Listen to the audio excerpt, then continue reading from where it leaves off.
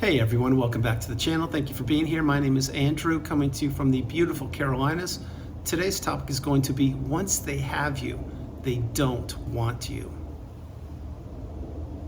Think about that for a minute. Everyone, if you like the content, please like, subscribe, and share. So I'm referring to the narcissist. The narcissist, once they have you and the chase is over, many times they don't want you. Keep in mind, with the narcissist, many times relationships, it's the challenge, it's the adventure, it's the conquest. They're trying to get as many people to enter relationships with them as possible. And if you put up a fight, let's say that the narcissist persisted you, and then, again, this isn't when you knew they were a narcissist, but let's say they were persistent with you because they wanted to strike up a friendship or a romantic relationship, and they finally broke you down. That's when A, they knew they had you, but B, the conquest was over. So that pivotal point, let's say it was a romantic relationship and you wanted nothing to do with this individual in the beginning. They weren't your type, however it worked out. But this person kept on being persistent, and they got closer to you. And then they played the victim card, or told you fakeness about their past, or learned about your past, or what you wanted to do. In other words, they really got close with you and they had you put your guard down. Then what happened? What happened then is, I will tell you right now, you fell in love with the narcissist. Now, they were on a mission. They were trying to get you to fall in love with them, because that's what the love bomb is. That's what the euphoric stage is. It's when the narcissist has their sights on a very high value source of supply, which was you, and they want to get that individual to fall in love with them. The narcissist cannot fall in love. You need to understand that. The narcissist is a master manipulator. What they do is they weaponize love against beautiful individuals who do not know that narcissism is prevalent on the planet. And at one point, that was you. It was certainly me. What I'm sharing here is, remember, the narcissist cannot fall in love.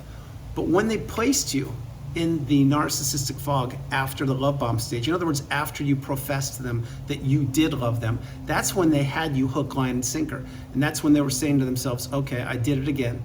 Now, what am I going to do with this person? How long am I going to drag this relationship out? And when will I begin to devalue them? When will I begin to gaslight them, to stonewall them, to give them the silent treatment, to smear their name, to basically ruin their life? Well, I will figure this out. I'll see how much of their resources I can extract and how long it will take me to extract these resources from the individual. And once I believe I have as much as I possibly can take from this person, and this person, again, their health is taking a hit, their social circle taking a hit, their finances have been decimated, and they are a shell of themselves. Once that happens, then I'll do it again. And I'll find another replacement, i.e. the new supply, to replace you, the person watching the video. Now, why I'm sharing this is, once the narcissist has once they have you, they don't want you. This is a game to the narcissist. You need to remember, relationships are nothing more than conquests or opportunities to have people that have the ability to fall in love with the narcissist. Then the narcissist has you in, if you will, their trap, their web of manipulation. And this is when they begin to spin all the spider webs all over you and keep you trapped in that web of lies, manipulation, deceit, destruction, and dishonesty. This is where the narcissist begins to extract from you, when you're caught up in that web, all of your resources. Now, that was a graphic example, but it's essentially the same thing. The narcissist is basically a black widow. Nothing against spiders, but you get the dual meaning there. Point being, these individuals, they want people to take from. They want people to slowly siphon the resources from. And once the narcissist knows that they have you, that is when they don't want you, because now it's too late for you. Now you've fallen in love with the narcissist. Now you've fallen in love with another individual, and now most likely you were in or are in the trauma bond. Now, when you're caught up in that, that is the most challenging thing known to humankind to break free from.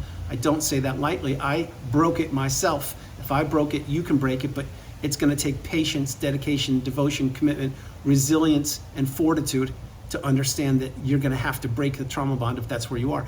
If you were in the trauma bond, please drop comments below. Pay it forward to help the community. But this is what I'm sharing with you. The narcissist, once they have you, they don't want you. Using that spider analogy that I shared with you, that is about as good as an example as you're ever going to get. But let me give you 3 different examples of what the narcissist, how they behave and what they do. Think of a child. Think of a child that gets a toy for a certain holiday or their birthday. And they always wanted the toy, and they're like, hey, can somebody please buy this for me, mom, dad, or whoever it is? I really want this toy, whatever it is. And finally, the little child gets the toy. And And the child plays with the toy for a period of time, maybe a couple hours, maybe a few days, maybe a week, maybe a month. And then what happens? Then the child gets jaded or bored with the toy because the novelty has worn off. That is the same thing in the narcissistic relationship. It's just with an adult who is trapped in the mind-like state of a child. They want what they couldn't have. And once they get it, they don't want it any longer because it's lost its luster, it's lost its sheen, it's lost all of the things that the narcissist wanted. They get bored and jaded. Another example would be, let's say, a dog with a bone. You have your beautiful dog, and if you guys have dogs out there, drop comments below. I love animals and I love dogs. And you get the dog a new bone. Well, the dog, what does it do? It plays with the bone for a while, and then eventually that bone is not as much fun anymore because maybe the flavor wore off, or maybe it was chewed up too much, or it wasn't what it once was when it was brand new. And so what do you have to do? You have to get the dog a new bone. That's what the dog wants. Now equate that to the narcissistic relationship. It's the same thing, using a dog as an analogy now. Now let's use the third analogy. You're shopping, you're looking on your favorite online retailer, whatever it is, Amazon or something, and you want to purchase an item, and you're waiting, you save up, and you finally get it, and you're excited, and the package comes and you get it, and you don't open the package up right away. Maybe you wait a few days, maybe you don't open it up at all, it just sits in the corner. Or maybe you do open it up and you use that item for a period of time, and then it ends up in the closet way back, then you don't use it again. What happened there? Well, I'll tell you what happened there. You were excited to purchase something, let's say from an online retailer, and you did, and you waited, and the thrill was hitting the button to hit purchase. And then the other thrill was waiting for it to arrive at your door. When it got there, that's when the novelty wore off after a period of time, because you had what you wanted and now it lost its sheen or its luster. Understand what I'm sharing with you. These are examples of how the narcissist treats people. They get jaded, they get bored, they get tired, they need a new shiny object, and that's what they're looking for in relationships. So whereas once you were new, you're no longer new, and once the conquest is over, once the thrill of the chase is over for the narcissist, they need to find a new conquest. They need to find a new chase. They need excitement. They need drama. They need something new in their life. That is why, again, let's say you married the narcissist, or you relocated, or went into business with them, or had children with them, whatever you did, moved halfway around the world. Once these pivotal, big moments in time happened, you told them you loved them, that's when the narcissist knew that they had you. And when they had you, all they had to do now was dangle the carrot in front of you once or twice a month, meaning to give you the love bomb stage, to keep you around, because they knew where they placed you. They placed you in that zombie-like, trance-like state, the narcissistic fog, where you didn't even know what you were doing there. You didn't even know how you got there. You didn't even know that that place existed. It is a very serious location to be trapped inside your mind, to lose your health, to have an individual berate you, stonewall you, throw rage fits on you, tell you you're worthless, tell you you're lucky to be with them, tell you that they could do so much better than you. Keep this in mind. Again, when you were with the narcissist in the very beginning, before you knew they were a narcissist, everything was puppies and rainbows. It was unicorns and butterflies. And the relationship moved at light speed. It moved super quickly. That was on purpose. It was to get you to fall in love with the narcissist as fast as possible. That is why many times these marriages, if you married the narcissist, you married them pretty quickly. And that is why many times you relocated, or you stopped working, or stopped your career pattern, or stopped your hobbies, because you were working for the narcissist, and this is where they wanted you. They wanted you to do things for them. They wanted you to become the unpaid helper. They wanted you to be the walking apology. They wanted you to give them chance after chance after chance, believing that they will change, and they never would.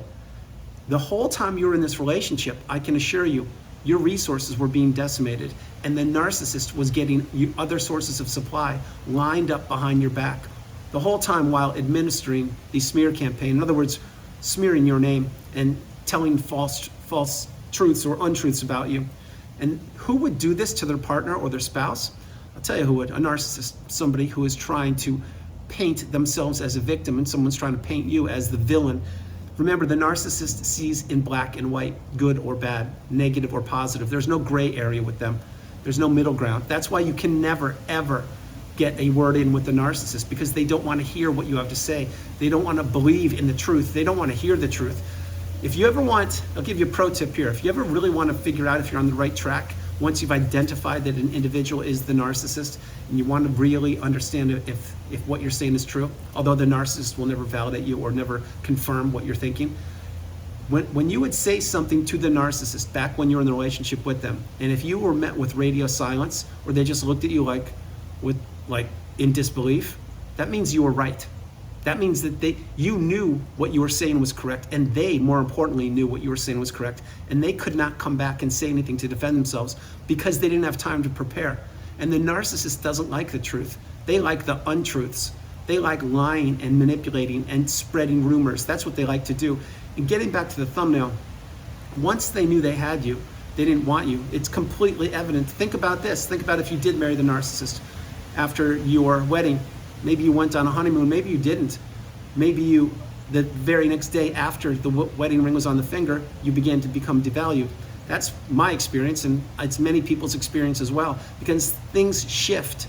And the narcissistic supply that the narcissist was getting from planning the wedding, from partaking in the wedding, from having all the eyes on them during the wedding, that wore off the minute all the guests left and they went back to their houses or countries, wherever they were from, and no longer was the spotlight on the narcissist. Remember, with the narcissist with weddings, they get supply from planning the wedding, from inviting people to the wedding, from leaving people off of the invitational list, from doing whatever they want to, because all the eyes are on them. Think of it as you will, if it is a performance of a lifetime for the narcissist. That is why many times, not always, but many times the narcissist gets married multiple times. Why? Well, number one, because they can't sustain relationships.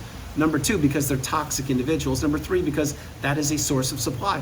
So let's focus on that for a quick moment before I get ready to close the video.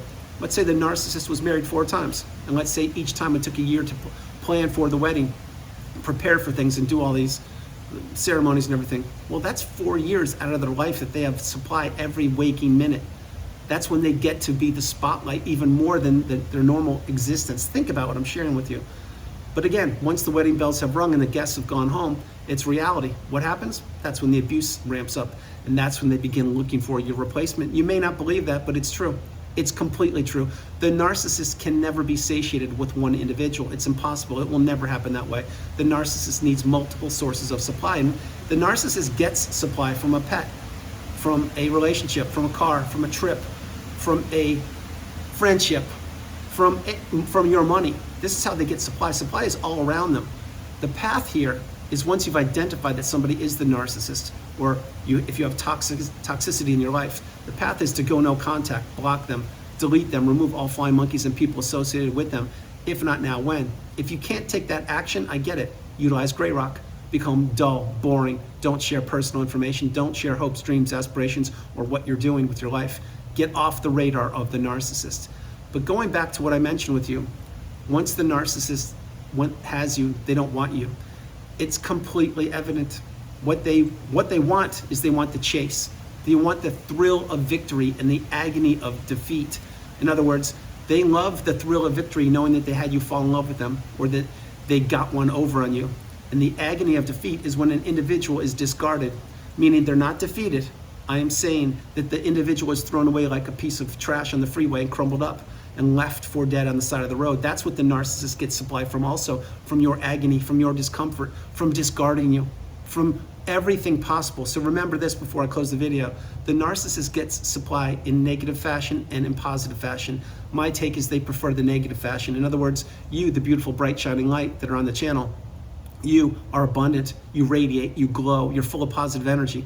The narcissist saw this in you, and they wanted to steal your beautiful, bright light from you for a period of time, and they accomplished this goal, which was the length of the relationship. And this fueled them. It gave them supply, and it had them elevate out of the low vibrational quagmire state where they exist, the darkness, the lower than your shoe existence where they vibrate. They switched places with you, and they placed you in that trauma bond. They placed you in the devaluation stage, and they stole your energy. That is why they kept toying with you. That is why they kept playing games with you. That is why they kept texting you and not responding, or hammering you with abuse and disappearing and coming back and leaving for days and going on mini holidays by themselves. And this is all the narcissist. It's all the games, the mind games of the narcissist. And what they did is, when they had that energy exchange with you, they knew exactly what they did, and they hoped that you would never break the trauma bond, but you did, and or you are doing it. And now you are healing, and or you have healed, and the narcissist naturally will go back to their low vibrational state until they find another source of supply. You, because you've healed and or you are well on the healing path, headed to that pinnacle of indifference, you're beginning to vibrate higher each and every day. That's what you're doing. Because you're learning, you're growing, you're introspecting, and you're processing the relationship, and you're healing from it. There's nothing to heal for the narcissist because they know what they do, and they love inflicting pain upon others. And remember, your pain is their fuel, just like anything you provided for them, it was fuel for them. That's why even communicating one word to the narcissist, it's never going to benefit you. The words will be twisted, etc. So guys, as the sun's going down, I hope you liked the video. I loved doing it from the beautiful Carolinas. This is Andrew. Namaste. Have a great afternoon, evening, or morning. No matter where you are on the planet, you are not alone. Remember that. You are not alone. God bless you. I love you, and I'll talk to you tomorrow. All right. Bye, guys. Sorry, the sun's going down quickly.